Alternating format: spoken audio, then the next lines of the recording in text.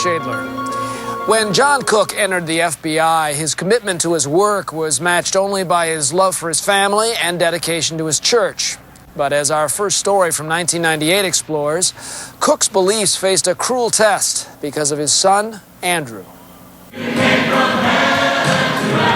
All his life, John Cook has been guided by one simple phrase: do the right thing and trust God. As a devoted father of 4 children and a decorated special agent with the FBI for nearly 30 years, Cook seems to exemplify every American virtue and moral. The motto was fidelity and bravery and integrity, and I thought, this is great, because I believe in those things. He put bad guys in jail and every morning taught his children that crime doesn't pay. He said, "Where are you going, Daddy?" And I'd say, "I'm going out to make the streets of America safe for little children and for pretty women and old dogs." But on this Sunday in Macon, Georgia, as family and friends gather at the Cooks, all is not what it seems. And for our family members that are not here, we pray. Cook's youngest son, Andrew, is in prison. Today, he sits on death row, partly because his father helped put him there. What would you do if you discovered your child had committed the ultimate crime? Few parents will ever face such an agonizing choice. Lake Juliet, just north of Macon. For years, young couples innocently drove here to park under the stars. On January 3rd, 1995, one of the most senseless crimes in Georgia history took place at the tip of this peninsula. 2 college students, Michelle Cartagena, 19, and Grant Hendrickson, 22, were found brutally murdered, their car riddled with bullets. Hendrickson was slumped behind the wheel. Cartagena's body, partially undressed, was dragged and left 40 feet from the vehicle. The killer drove up basically in the center of this graveled area. You arrived on the scene after the bodies were discovered. Monroe County Sheriff John Biddick and other investigators found only a few clues, but no motive and no suspects. We interviewed hundreds of people. Did you come up empty? Yeah, we sure did. There was no rhyme nor reason for it. Their lives were cut short in their prime. Patrick Hendrickson lost his only child, Grant. Michelle Cartagena was also an only child. Michelle was a very sweet girl. They were like 2 puppies. They were in love. He had everything going for him.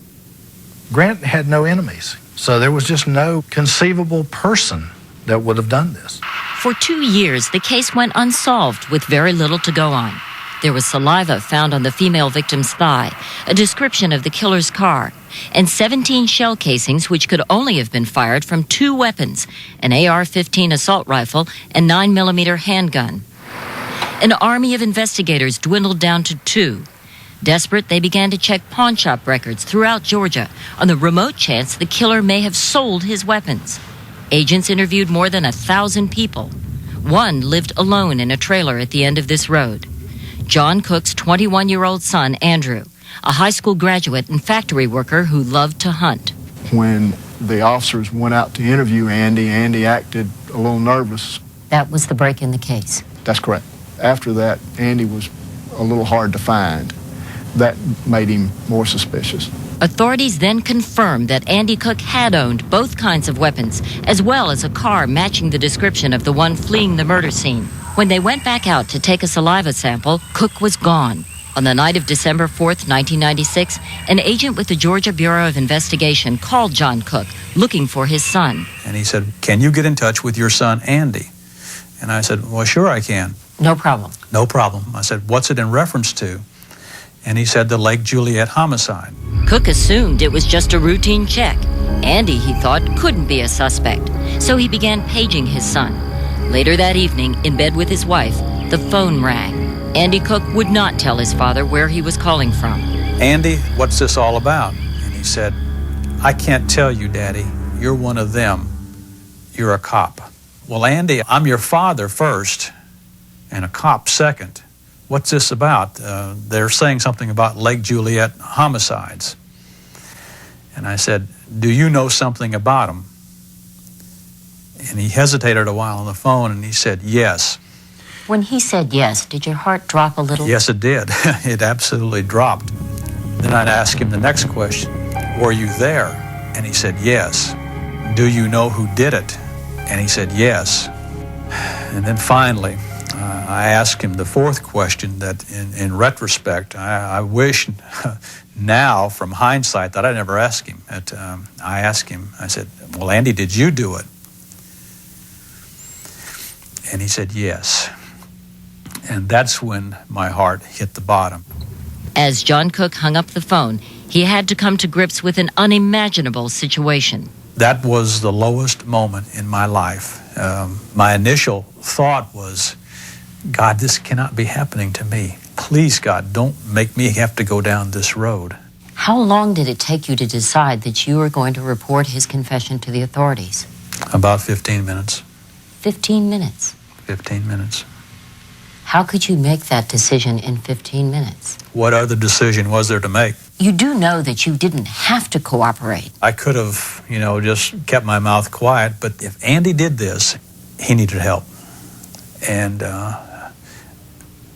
to cover it up, I couldn't cover it up. I mean, I couldn't do that for him. I couldn't do it for me. I couldn't do it for the victims. Cook decided he was going to tell the sheriff the next day. I wanted to go to Sheriff Biddick first. I said, Sheriff, my son, he's not a suspect. He's your subject. He told me he did it. Meanwhile, officers picked up Andy Cook on a minor hunting violation and took him into custody. Cook was put in this holding cell only a few feet away from where his father had just revealed his confession. John asked to see his son, and I went outside and asked Andy, told him that his daddy wanted to talk to him for a few minutes. In a gesture to his friend, Sheriff Biddick agreed to let John Cook be alone with his son. When he came through the door, he was trembling, he was shaking, there were tears in his eyes. I said, we've got to do the right thing. He told Andy that if he cooperated, maybe they could cut a deal and plea bargain. But now he wanted to know the truth. I said, what really happened? He said, I pulled into Lake Juliet. I parked about 30 yards away. The car was down there, and I just shot them. After I shot them with the rifle, I then shot them with a handgun. There was no confrontation, no self-defense. He didn't even know them. It was random, senseless, and incomprehensible. And I said, why, Andy? And he really started breaking down, crying, and said, I don't know, Daddy. It wasn't me, Daddy. That was his only answer. That was his only answer. Something took over him. Something snapped in him. Andrew Cook was booked and charged with 2 counts of murder.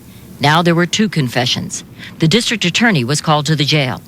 Unbeknownst to his son, John Cook told the DA everything. I actually thought, we'll plea bargain. He knew that the death penalty was a possibility. And I knew that had to be very difficult for him. Father, there are people this morning standing at the crossroads. In the months that followed, John Cook would be tested as few will ever be. I could not believe that this was happening to me and to my family. Would he be forced to testify against his son? Would his words send Andy to the electric chair? Scrubbing a bathtub is back-breaking work. So many spots are impossible to reach. And cleaning chemicals really stink.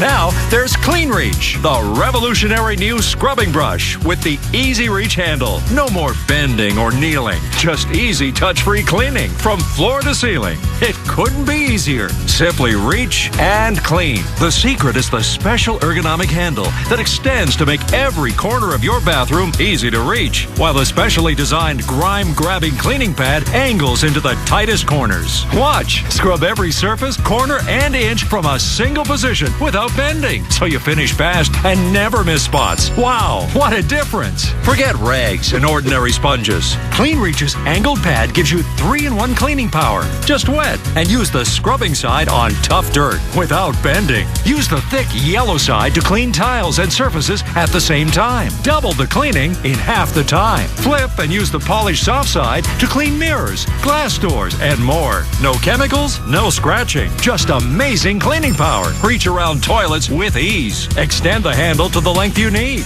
Perfect for soaker or whirlpool jet tubs. Dust door jams. Get in corners on kitchen floors. No mess, no stress. Hands don't get wet. Stop breaking your back cleaning. Get Clean Reach now with 3-in-1 pad for just $10. Order now and you'll get 2 additional pads absolutely free. But wait, call right now and we'll send a second Clean Reach and 2 more 3-in-1 pads free. Just pay separate processing and handling. You get all 8 pieces, 2 clean reaches, plus 6 pads for only $10. What a deal! This limited time offer won't last. Call or click to order now. To order, call 1-800-580-5137 or order online at buycleanreach.com. That's 1-800-580-5137 or buycleanreach.com. Order now. Do you have an idea for a new product or invention? Hi, I'm George Foreman. People ask me all the time, George, how do I get my idea in front of companies? How do I get a patent? What do I do next? Do you have the same questions? I'll tell you like I'll tell them all. Call my friends at InventHelp. InventHelp has been helping inventors for more than 30 years and has sales offices nationwide. InventHelp can provide patent referrals and submit your invention to companies who are interested in receiving new ideas. If you have an idea and want to try to patent it and submit it to companies, you should call InventHelp today for free information. Listen, I can't guarantee a company will be interested in your idea, but I believe every inventor deserves the opportunity to step into the ring and take their best shot. Put InventHelp in your corner. For your free inventor's information, call 1-888-561-4332. That's 1-888-561-4332. One network 911. Just shot somebody right in the head. Answers the call. The officers will be out there shortly. Gives you the rush. He was in on it. He wanted to do it. And takes you inside the investigation like never before. Crime and Investigation Network. Dedicated to bringing you crime and justice. Unrestricted access. Victim supposedly died of multiple gunshot wounds. Every time you leave an area, you always leave evidence behind. Higher stakes. He's lucky that he walked out of here with his life. You just can't make mistakes. Victim. How can you forgive someone striking your husband with a hatchet? Criminal. Stand back! This is over! Cop. This we do every day, all day, 24/7. The story comes full circle. They're thinking we're gonna go away. It's just not gonna happen. Only on Crime and Investigation Network.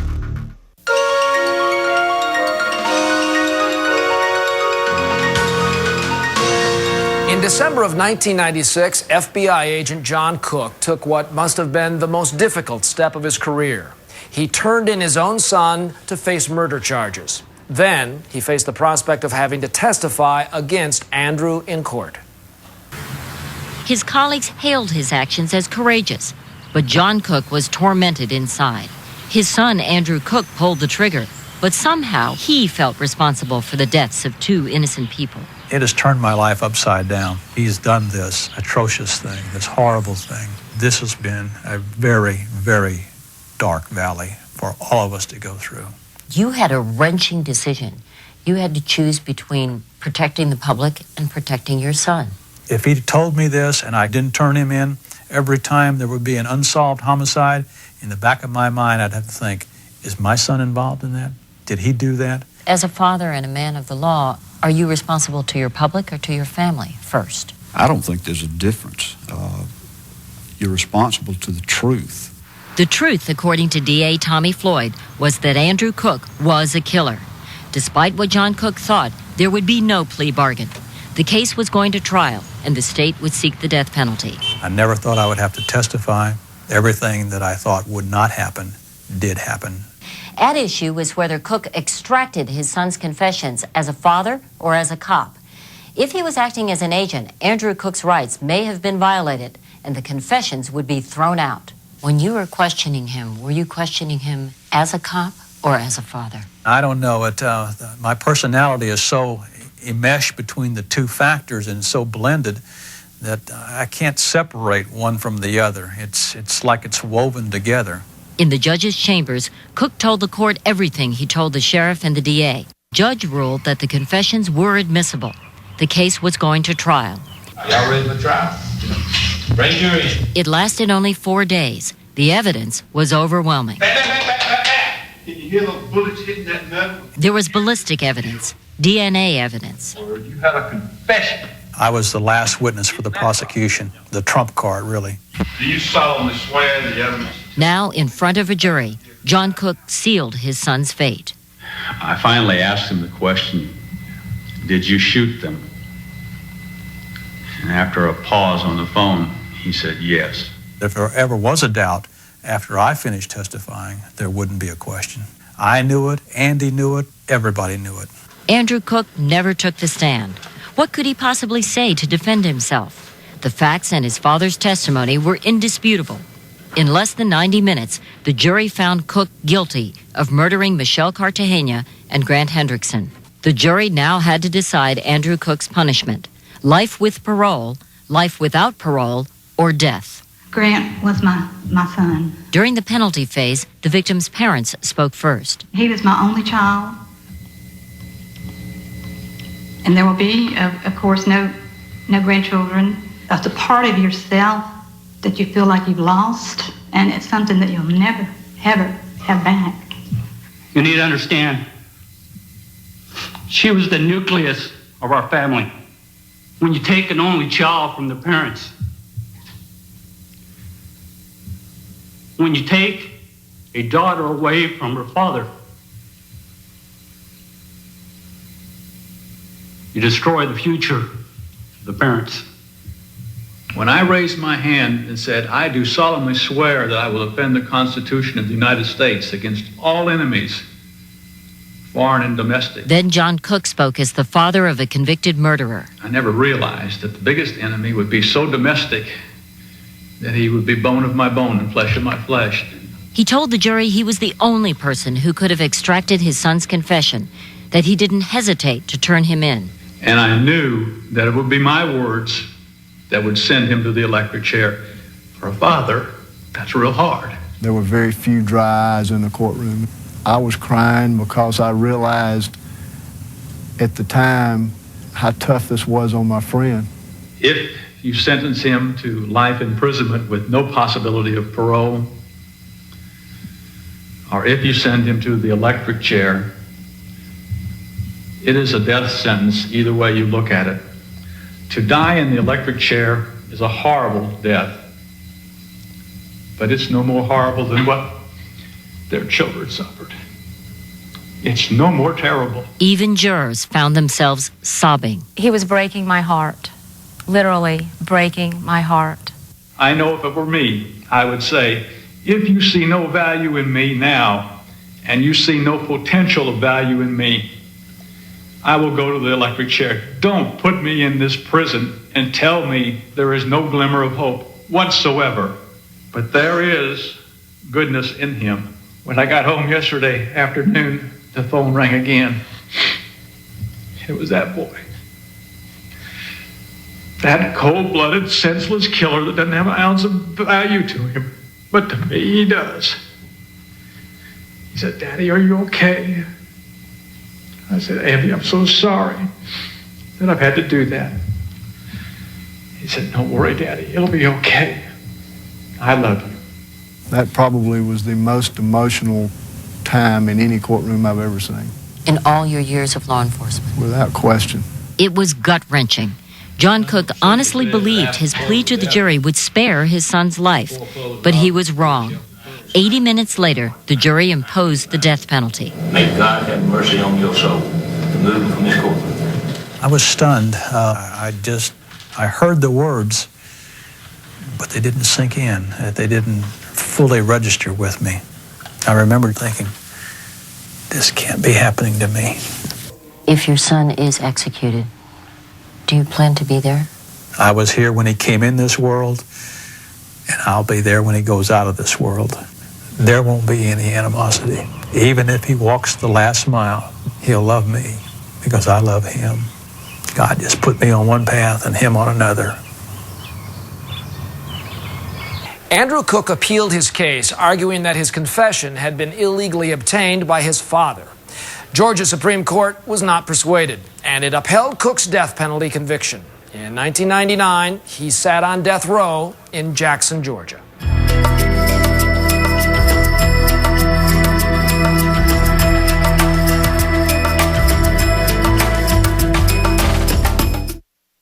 I am Vernon Bourgeois, the sheriff of Dearborn Parish. 1 minute you handle an alligator nuisance call, the next minute $1 million theft case. We'll do what we got to do to make this parish safe. Cajun Justice. Saturday nights on CI. Billions of dollars in narcotics come through one city. Welcome to Laredo, Texas. Ground zero for the war on drugs. These cartels, they'll either kidnap you or kill you. Border Town, Laredo. Sunday nights on CI. Don't have time to shop for kids' clothes? That's why there's FabKids.com. Shopping for kids' clothes and shoes has never been so easy. FabKids.com. Super fashionable, crazy comfortable, and always affordable. For a limited time, buy one outfit, get one free. FabKids.com, the new way to shop online, where shipping is quick and exchanges are always free. Buy one outfit, get one free, with free shipping for a limited time only at FabKids.com. Are your medications always disorganized? Introducing PillPro, the brilliant breakthrough for organizing pills and vitamins for each day of the week. Just pull out the pills you need today, and tomorrow's tray slides down the gravity drop dispenser. Inside PillPro are 7 portable trays marked for every day, and each divided into 4 compartments that organize pills by morning, afternoon, evening, and night. Never miss a dosage. With PillPro, I know exactly which pills to take and when. I love it. Compact, sleek design, convenient for vitamins too. Perfect for the whole family. Order PillPro now for just $10. But wait, order right now and we'll double your order. Get a second PillPro free. Just pay separate processing and handling. That's 2 PillPros for just $10. Don't wait, order now. To order, call 1-800-766-9116. That's 1-800-766-9116 or go to getpillpro.com. Order now. Hi, Anthony Sullivan here for the Hurricane Spin Broom. The lightweight, easy-to-use cordless sweeper that picks up practically everything. It weighs less than 2 pounds, and its rotating bristles clean like a street sweeper. It gobbles up everything in its path. Use it for dry food, wet food, pet hair, or tough sticky rice. It even sweeps slippery ice. It's so light, I can pick up a mess using my pinky. The Hurricane Spin Broom is whisper quiet and swivels in and around furniture quick and easy with no cords and no batteries. The secret's the triple brush technology that uses centrifugal force combined with the rotating action to sweep up everything in its path. Just push to empty in the trash, your hands never touch the mess. And the Spin Broom has a mega mouth that's big enough to pick up a ham sandwich. Look at that! The giant corner brushes clean along baseboards and toe kicks with no scuffing and no scratching. Use it on tile, wood, even vinyl. It gets into the grout lines, leaving nothing behind. And the full flat handle lets you easily reach and clean under furniture. Watch this. Even little shards of broken glass are no match for the Spin Broom. And it's so easy to use, kids can and will use it. Plus, you can rinse it clean, and it stores practically anywhere. Vacuums are heavy, and the old way is back-breaking work. And stop chasing around the line from a dustpan and broom. Call now to get the original Hurricane Spin Broom for just $19.99. But order right now, and you can double the offer. Plus, get our Sticky Buddy, the reusable sticky roller that picks up pet hair and lint and washes clean in seconds. Just pay a separate fee. So get your special offer Hurricane Spin Broom for just $19.99. Here's how to order. Call 1-800-842-5613 to get your Hurricane Spin Broom. Call or visit byspinbroom.com. So call 1-800-842-5613. That's 1-800-842-5613. Deluxe version available. Order now. This is what you woke up for. This is your Peloton. This is your instructor, Robin. Robin is not going to go easy on you. This is you attacking the hill, crushing the flats, climbing your way through the pack. This is how you make a better day for yourself and your family, here in your home. This is Peloton.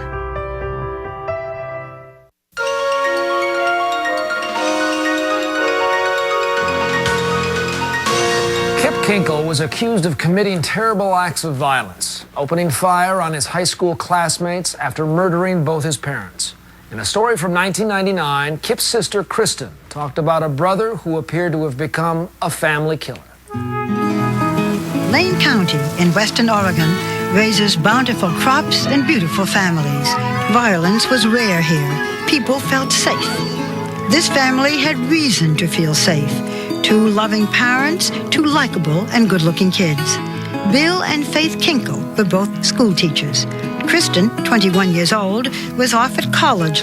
Kip, then 15, was in 9th grade, going through what seemed to be ordinary problems. On a spring morning, horror and shock attacked Lane County. Unspeakable violence from an unlikely source. Now, live pictures from Jet Ranger 2 over the Kinkle home, where late today... Bill and Faith Kinkle, by all accounts devoted parents, were dead in their home, apparently shot by their 15-year-old son. The trail of terror that began at this house continued to nearby Thurston High School, where Kip Kinkle was seen to spray a hallway and cafeteria with a semi-automatic rifle. 2 students were killed, 22 injured. He just mowed him down, and then he mowed him down again. Kip Kinkle was arrested at the scene. He'd been tackled from behind by several students who held him for the police.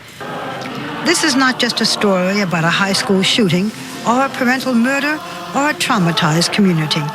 It is also a story about a remarkable young woman who cherishes both the memory of her parents and the troubled brother who killed them.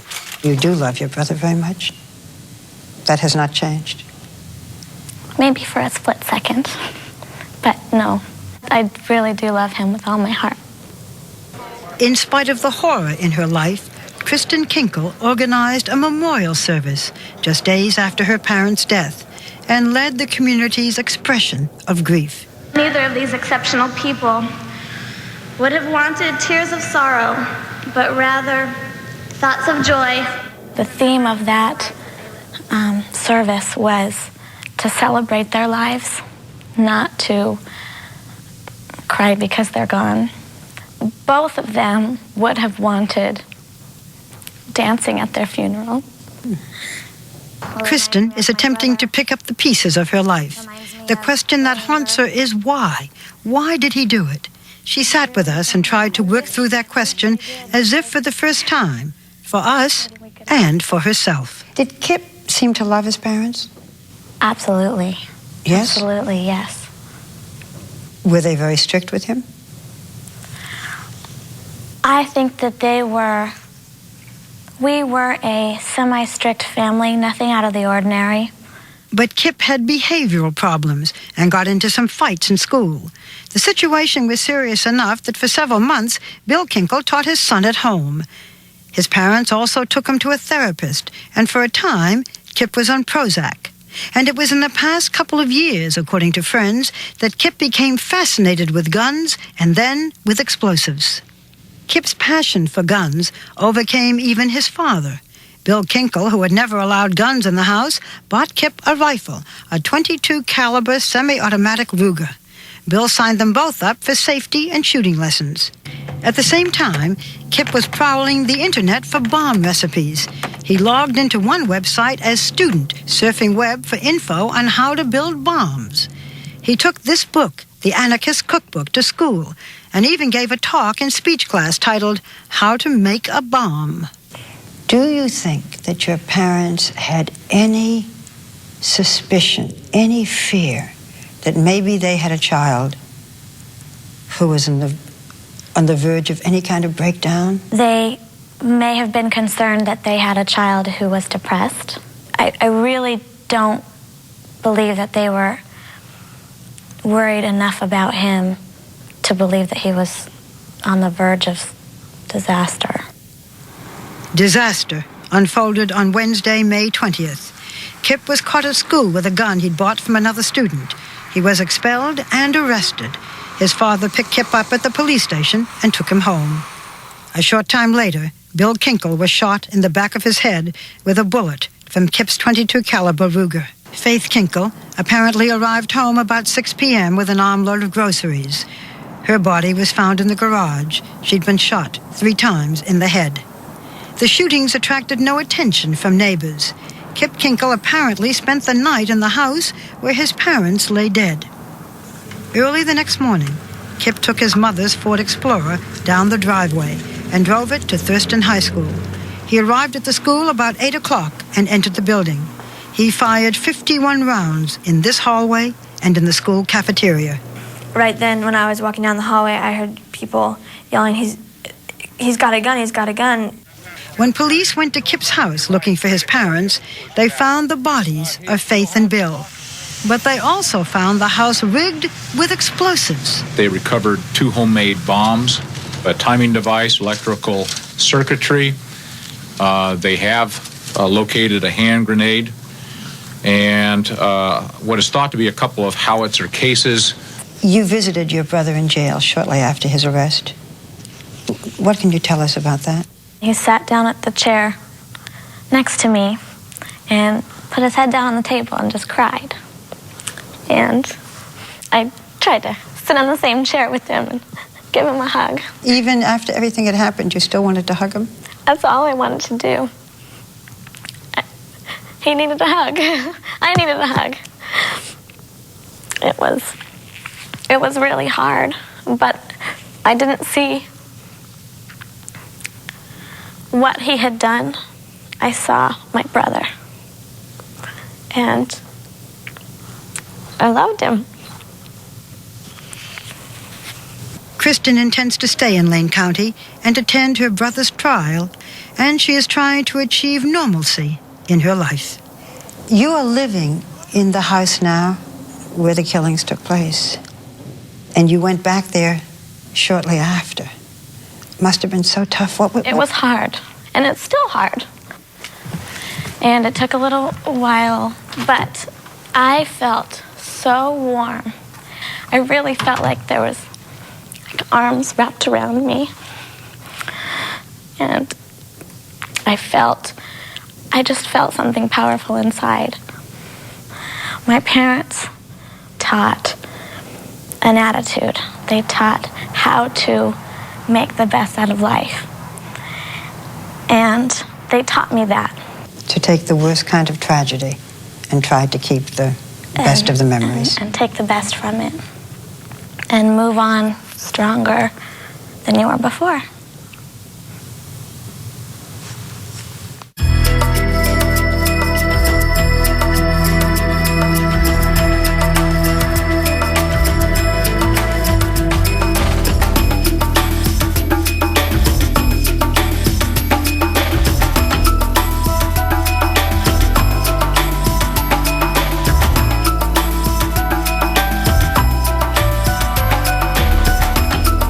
With a rash of school shootings in 1999, the nation continued to wrestle with how to deal with kids and guns. While Congress took up the issue with renewed intensity, one organization dedicated to gun control had been at work for years. In fact, they reacted nearly immediately the day of the Oregon shootings. 3 critically injured students. I knew right away it was going to be a horrendous day. I knew that a lot of us need to be together at times like this because we've been through so many of these shootings, going back years ago to Stockton, over and over and over, and each time it happens, it seems to get worse. For those at Handgun Control Incorporated, or HCI, the shooting was a catastrophe. But 1 year before the tragedy in Littleton, Colorado, it was also a chance to reinforce their message that kids and guns don't mix. I think the next point has to be, it doesn't matter where you live. It does not have to be Arkansas. It doesn't have to be Kentucky. It's a national problem. Yeah, it's a national problem. The tragedy is that every day 14 kids die. Every 2 days, that's a whole classroom of kids. Just wiped out. You just take a whole classroom of kids and wipe them out. Accidents? Accidental, unintentional shootings, accidents, kids getting a hold of guns, thinking they're not loaded, shooting their neighbor, their friend, their sister. These happen day in and day out, 14 of them every single day, because somebody has left a gun stupidly where a kid can get a hold of it. Staff at Handgun Control dismissed charges of opportunism. Of course it's an opportunity, but it's not an opportunity that we jump up and down about. To be quite frank, the gun issue and gun control are so controversial that we don't need tragedies to happen to get people to think about our issue. They want someone tomorrow. For all the politics, the men and women of HCI saw clearly that the shooting had affected other men and women much like themselves. I mean, a mother, a father, there's nothing that means more to you than your children. And so you panic and you think, immediately you think about your own child and where are they and how are they.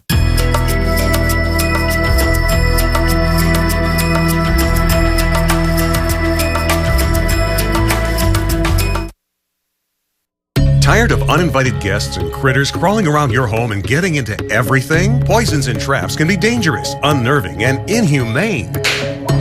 Introducing Rodent Sheriff, the new natural liquid rodent repellent you just spray to keep pests away. Rodent Sheriff is a liquid time-release formula extracted from the peppermint plant. Its herbal fresh mint aroma smells great, but it's a smell rodents hate. Mice, roaches, and more. Raccoons love food, but they stayed away from the food that was protected by Rodent Sheriff. Mice go crazy for cheese, but after a shot of Rodent Sheriff spray, they can't get far enough away. Rodent Sheriff repels garden pests without toxic pesticides. Get Rodent Sheriff in a large 8-ounce bottle that's enough for 1,000 sprays, and right now it's yours for just $10. But wait, order now and we'll double the offer and send the second bottle, and it's yours free. Just pay separate processing and handling. Get 2 bottles of Rodent Sheriff for just $10. Here's how to order. Call 1-800-449-7179 or go to rodentsheriff.com. Actually, the distance helps. Or you could just remember your reading glasses. Never forget your reading glasses again with Thin Optics, the only reading glasses that are always with you. Thin Optics are so durable, they're guaranteed for life, which means we'll send you free replacement glasses forever. Radically thin and ultra flexible, Thin Optics come in this durable slim case, which easily attaches to your favorite device or slides into your pocket, purse or wallet, and more. Thin Optics are the stick anywhere, go everywhere glasses. They're the low-profile companion to the things that never leave your side. And Thin Optics' award-winning design features FlexFit technology, so they fit comfortably and stay put on every nose in the world. My Thin Optics really won't fall. When I'm working, looking around, they stay right in place. I love that. Thin Optics is great because you can just throw it on, read whatever it is that you're going to read, and then boom, you're done. You'll love Thin Optics now, and you'll have them forever because they are guaranteed to last a lifetime, or we'll replace them free. Remember the last time you reached for your reading glasses and they weren't there? Never again. Thin Optics are always with you. They're just ingenious. They're right here on my phone. I always have them. I pull them out when I need a pair of readers, put them on, and I'm good. There's a Thin Optics power just right for you. And you can choose from a wide range of colors for a look you'll love. Best of all, Thin Optics are affordable for everyone. All you have to do is go to thinoptics.com and see why this is the one innovation you can't live without. You think you're pretty cool, don't you? Yes. Yes, I do. Don't forget, Thin Optics are 100% guaranteed to last a lifetime. You get free replacement glasses forever. Just go to thinoptics.com. Thin Optics. Order yours today.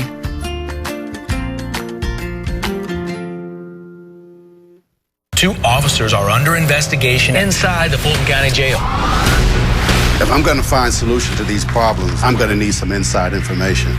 I want to bring light to a lot of inequalities. Something's wrong. This is definitely bigger than me. It's like being locked in cages, animals in cages.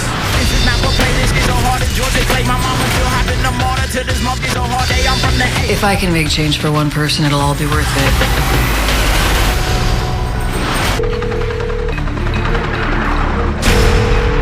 One network 911.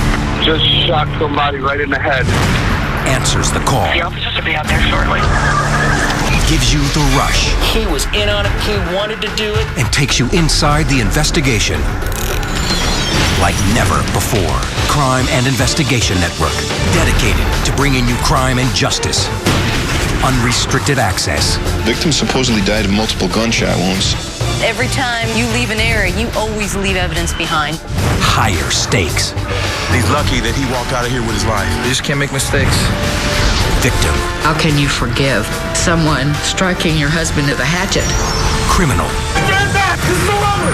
Cop. This we do every day, all day, 24/7. The story comes full circle. They're thinking we're gonna go away, and it's just not gonna happen.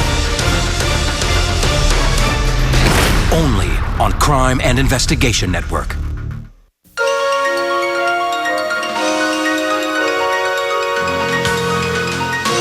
For Nick and Dolores Manzi, learning that their teenage son had met a convicted child molester on the internet was bad enough. But as our next story from 1997 explores, the realization that Sam Manzi might have committed murder was almost more than they could bear. It's like an ongoing nightmare. It's just never going to go away. The body of a young Caucasian male, approximate age 10 to 13 years of age, was found. Sam Manzi, the accused murderer, struck up an online acquaintance with this adult, Stephen Simmons. Simmons, according to court documents, enticed him into a secret homosexual relationship that lasted over a year. When the secret came out, Sam agreed to help police trap Simmons, but those plans went awry. Sam apparently snapped, and this 11-year-old, Eddie Werner, became the target of Sam's rage and shame. How could this tragedy happen? Sam grew up as a loner and had some problems in adolescence. He was a bit of what other kids called a nerd and grew to be 6'1" by the time he was 14. About 3 years ago, Sam became interested in computers. You bought him a computer. How did you feel about that? Here he was using his computer, using the internet. How did you feel about that? I thought it was great. He wasn't out playing like other kids. It used to break my heart, see them out there, and he had nothing. So when the computer came into the house, it was like he had some kind of communication with somebody. One day in August of 1996, Sam asked you to drive him to a local shopping mall. Yep, he said he wanted to buy some stuff for his computer and said, "I'll call your dad when I'm finished." Yes? What happened? Sam never called. So we checked all over the mall, and there was a theater across the way with 6 movie theaters in it. And we walked up and down every aisle and looked at everybody's face to see if we can locate Sam, to see if he was in there. Then we notified the Freehold police. You must have been terrified. Did you think he'd been kidnapped? Yes, I did. The next day, the phone rang. Yes. And it was Sam. Yes. What did he tell you? What did Sam tell you when you finally found him? He wouldn't say anything. And I was just so happy to see him. I went to hug him, put my arm around him, and he pushed me away. When he got home that day, he just went right up to his room and he closed the door. Did he ever say where he'd been? He said that he just stayed in the woods all night. I said, if anybody hurt you or if anything's happened, you got to let me know. And he wouldn't answer me. Mr. Manzi, when and how did you first even know of the existence of Stephen Simmons? On our telephone bill, there was a phone number from Long Island, maybe about $200-300 worth of calls. So I took the phone bill and I called the number, and a person answered, and I said, "Who's this?" And he said, "This is Steve." I never knew his last name at that point.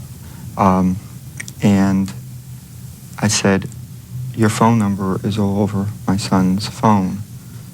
Why are you communicating with my son?" And he said, "Well, Sam helps me out a lot with computer programs and the like. And if you don't want me to have any more communication with him, I won't."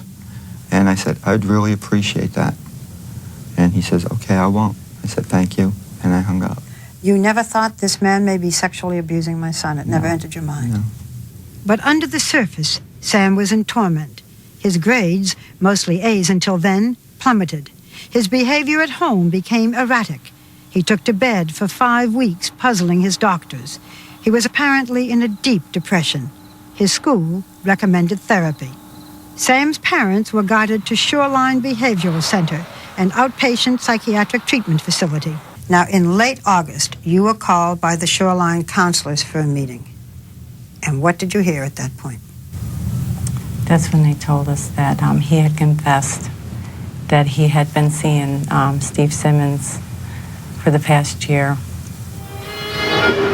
Now, the pieces began to fall into place, into a pattern of horror. It turned out that when Sam disappeared, he had left the shopping mall with Simmons and had been taken to Simmons' home on Long Island. Under state law, the doctors at Shoreline had to report the sexual abuse to the police. In the beginning, Sam was totally cooperative with the investigation. He even agreed to have his phone tapped so that police could use him to trap Simmons in a sting operation. Were you ever concerned that you were putting too much pressure on this kid? No, not at all. He never gave any indication that he was under any form of pressure. But all of that changed radically.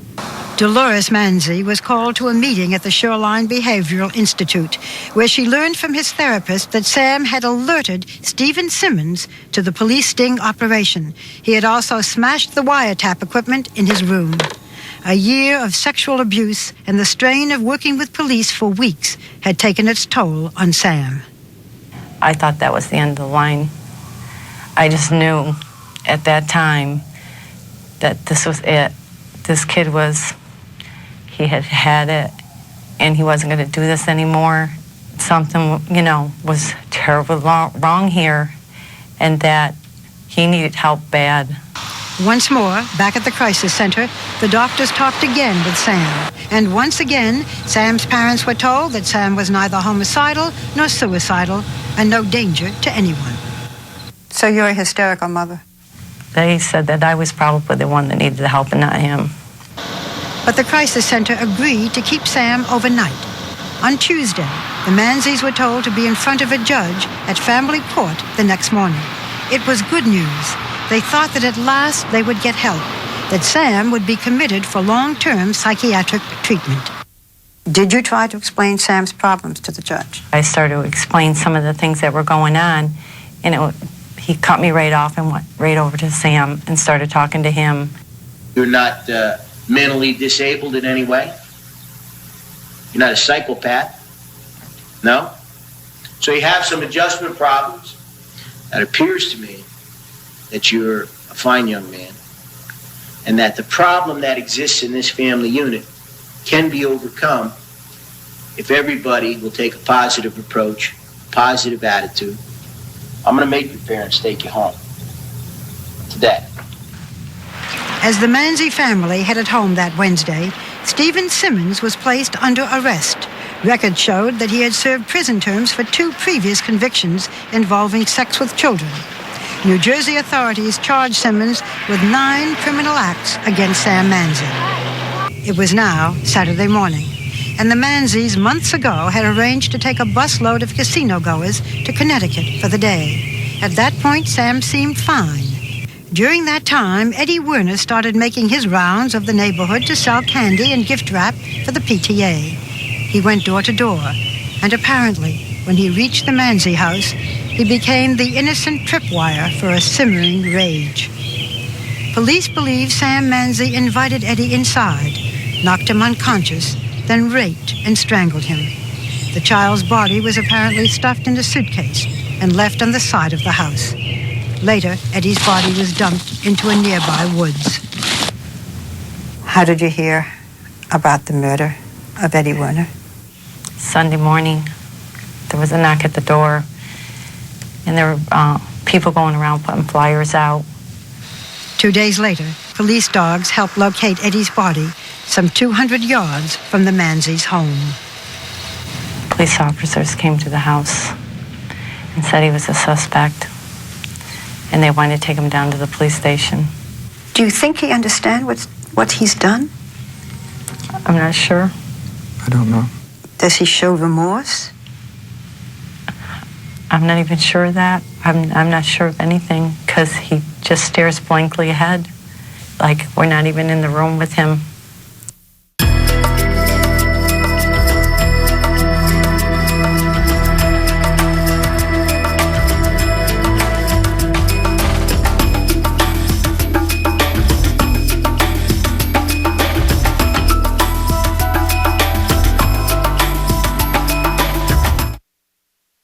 I am Vernon Bourgeois, the sheriff of Dearborn Parish.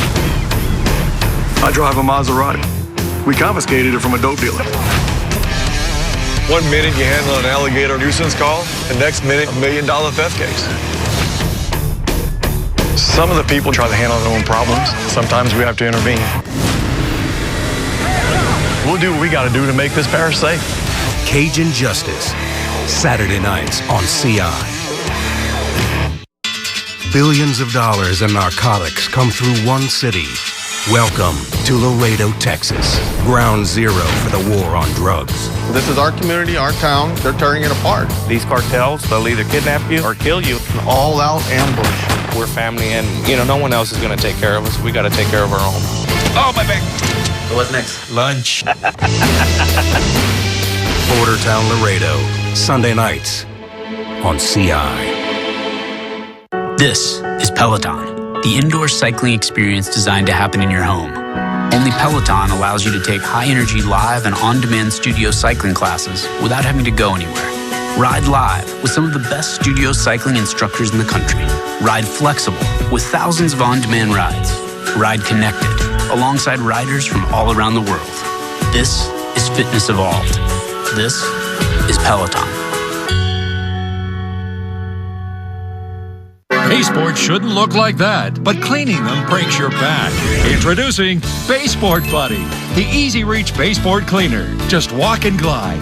Baseboard Buddy cleans for you. The secret is the flex head design that conforms to any baseboard while the plush fibers grab dust and dirt, buffing the woodwork.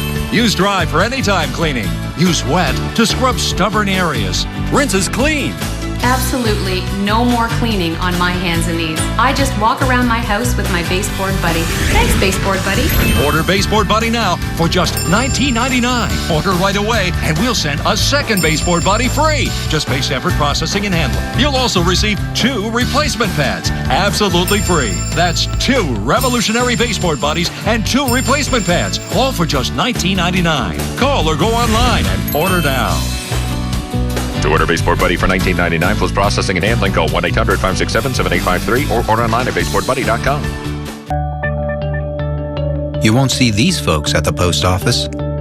They have businesses to run. They have passions to pursue. How do they avoid trips to the post office? Stamps.com. Mail letters.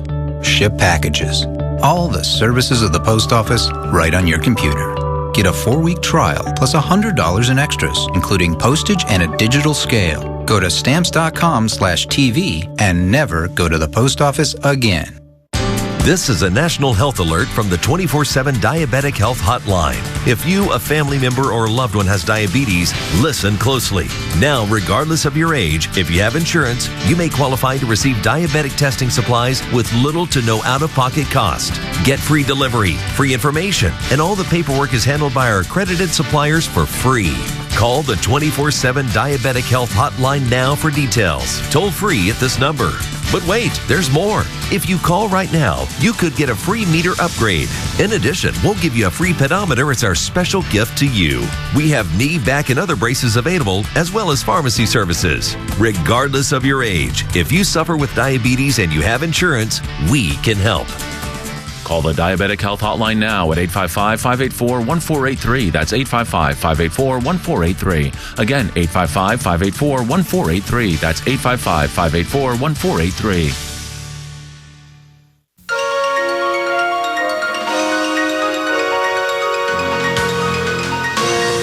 In April 1999, against the wishes of his parents and attorneys, Sam Manzi confessed in court to killing 11-year-old Eddie Werner. And when you took him into the upstairs bedroom, what did you do? I proceeded to strangle him with an electrical cord from an alarm clock. For how long? Approximately 40 minutes.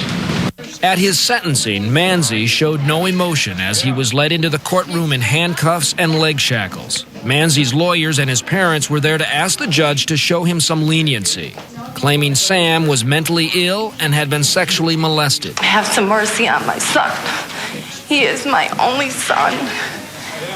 And I am dying here today, knowing that he might go to prison the rest of his life. Sam Manzi also addressed the court on his own behalf. This isn't the way things in life are supposed to work out. Children shouldn't be killed. Teenagers shouldn't go to jail for life. I still can't figure out why I did what I did. But prosecutor William Cunningham said Manzi should be held responsible for his actions and is a danger to others. Pedophile and a predator. He said that he feels that he's programmed to have sex, rape, and kill. Tensions flared in the courtroom when Cunningham attacked Dolores Manzi's motives in seeking psychological help for her son. Sam Manzi, defendant, never went on his own. It was his mother. He wasn't seeking help. His mother wanted to get rid of him. Take Sam off the medication.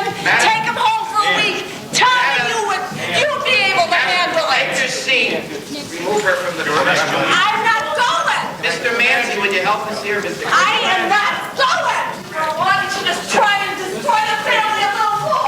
On April 14, 1999, Sam Manzi was sentenced to 70 years in prison. He must serve at least 59 years before he can even be considered for parole. By that time, Sam will be 77 years old.